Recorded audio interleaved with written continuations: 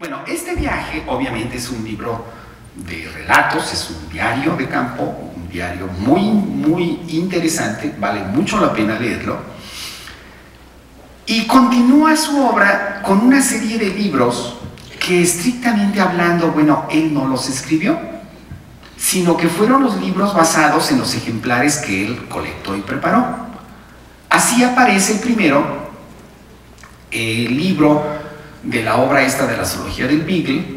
Aparece primero el volumen sobre los mamíferos fósiles.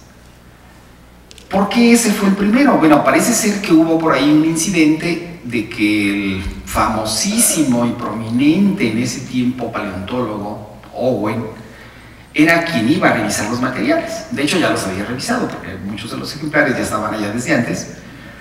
Pero Owen tenía que irse porque tenía una expedición en puerta.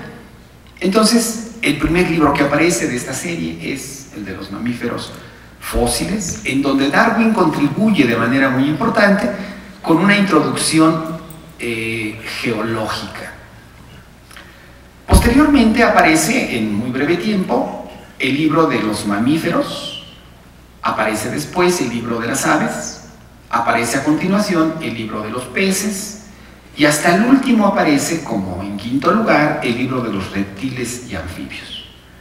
Muchas de las imágenes que están ahí ustedes viendo son ilustraciones de estos libros. Ya sabemos que Darwin dibujaba muy feo, y entonces no son de él. Y por más que Fitzroy le pudo ayudar, pues tampoco era tan bueno. Estas imágenes son muy bonitas, ¿no? Pero bueno, eso ojalá que nos llame la atención para leer los libros. Hablábamos que él hizo la introducción geológica. La geología era uno de los elementos básicos para entender la evolución. Y Darwin tiene 3 obras sobre geología. Él pensaba hacer una, luego dijo que 2, y acabó en 3. Y además acabó en desorden, porque él no las había pensado así. El primer libro de geología que apareció de Darwin es el libro acerca de los arrecifes, de la distribución y la formación de los arrecifes de coral. Esta fue una explicación fantástica. Darwin, cuando pasa ya al final de su viaje por la isla de Cocos, se da cuenta que hay unas formaciones muy especiales que conocemos hoy como el nombre de los atolones, ¿no? Estas estructuras más o menos esféricas que dejan una gran laguna en el centro, un hueco. Y él se pregunta cómo es posible que se hayan formado. Y él deduce que esta formación de estas estructuras no es otra cosa sino una isla volcánica común y corriente, que en su falda se fueron formando los arrecifes coralinos y por alguna razón esta isla colapsa y entonces se forma una laguna interior. Bueno, esto fue tan impactante para sus colegas geólogos que parece ser que lo presionaron para que fuera el primer libro que apareció, y así fue. El segundo libro de geología que apareció fue el libro de las islas volcánicas, precisamente, donde describe con mucho detalle, entre otras, justamente el conjunto de islas de las Galápagos. Y el tercer libro, que para la reina seguramente era el más importante, fue el de la geología de Sudamérica, donde de alguna manera muy importante describe justamente el probable origen muy reciente de la cadena montañosa más grande del mundo, ¿no? Que son los Andes.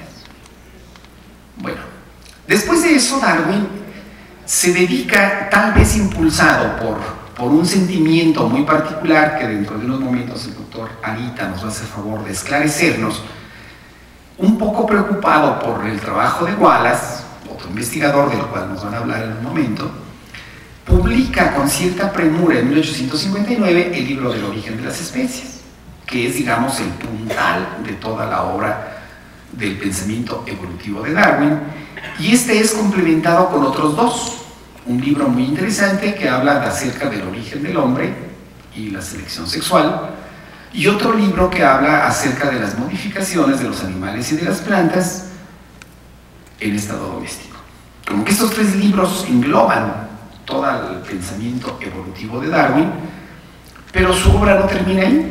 Su obra continúa hablando de una serie de aspectos, sobre todo adaptativos de los organismos.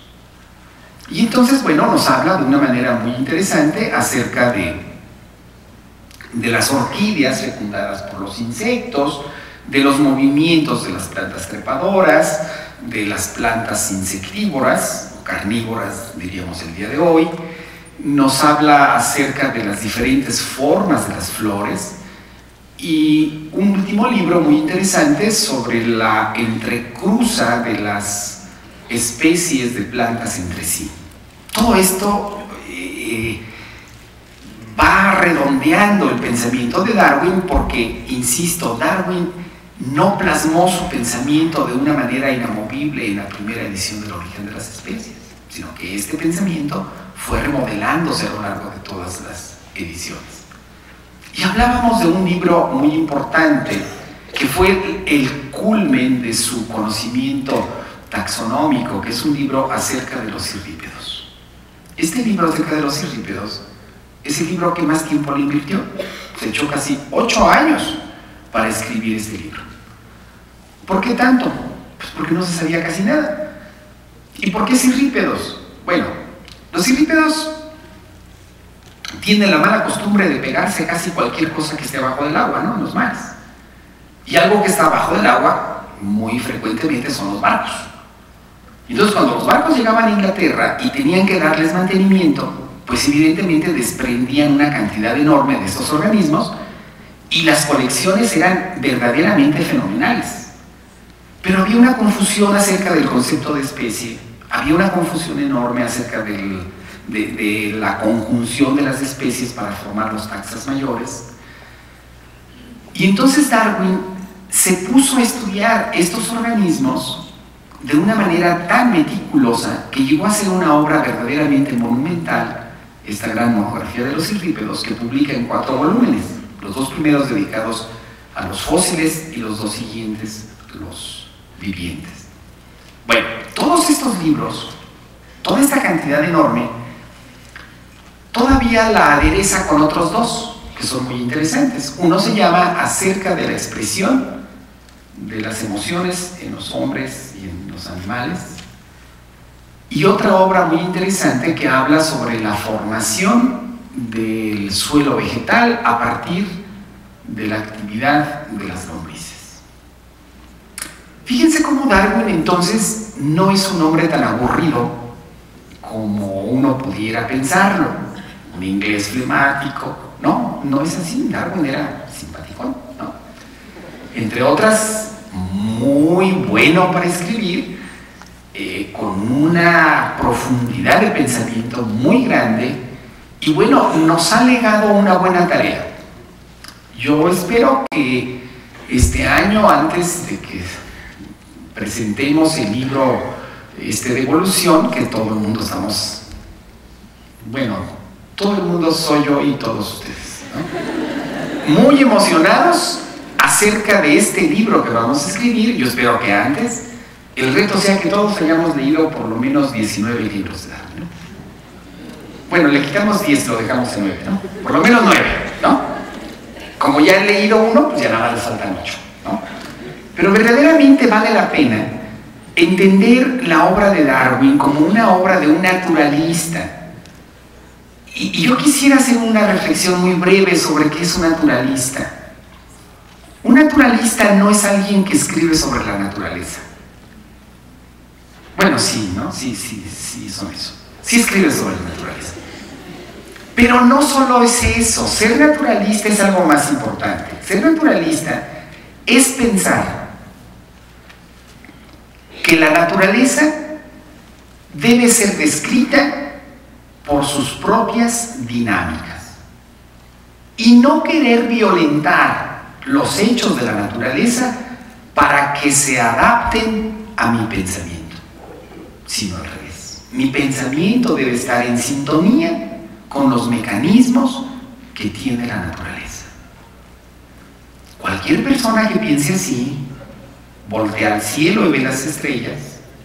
Cualquier persona que ve así, le interesa el paisaje, la geología, la geografía, se interesa por las plantas, por los animales, por el hombre mismo. Y esta conjunción, creo yo que es Carlos Darwin. Muchas gracias.